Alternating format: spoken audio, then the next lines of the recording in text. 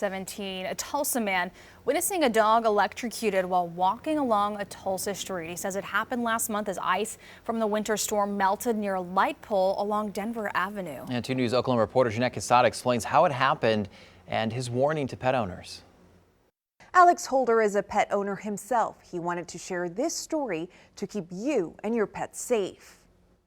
Alex Holder loves his four-legged friend, Bruce.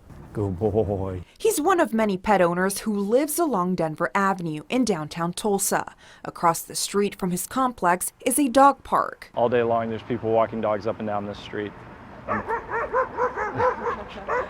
Yeah, classic.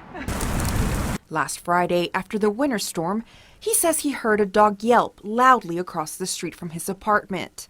He says when he heard it, he dismissed it, thinking a dog's paw had probably stepped on ice.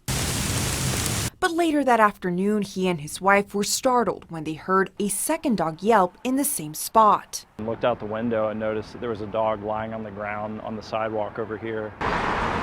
Holder says the owners were clearly upset, but from their apartment they couldn't make sense of what was happening.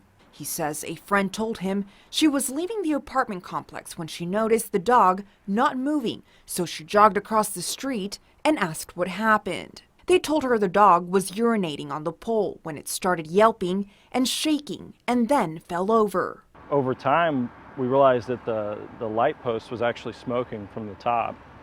And Tulsa Fire came out, the electric company came out. Basically, the dog had been electrocuted by stray voltage from the wiring of the light post. Holder says TPD, fire crews, animal control, and PSO responded to the scene. 2 News Oklahoma reached out to Tulsa Fire and Animal Control, who both confirmed the dog had been electrocuted. But how could something like this even happen? Concerned for the safety of Bruce, Holder began digging a little deeper.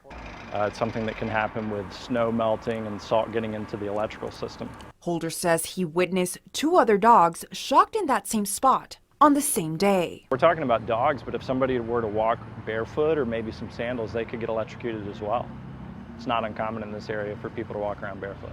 And he found it's happened to dogs in other states. As a Tulsa resident, I want to make sure that the electrical company is checking on the infrastructure with these lights and that dog owners are aware, when it's snowy and icy on the ground, to watch out for dogs trying to go up to street lights or walking on metal grates.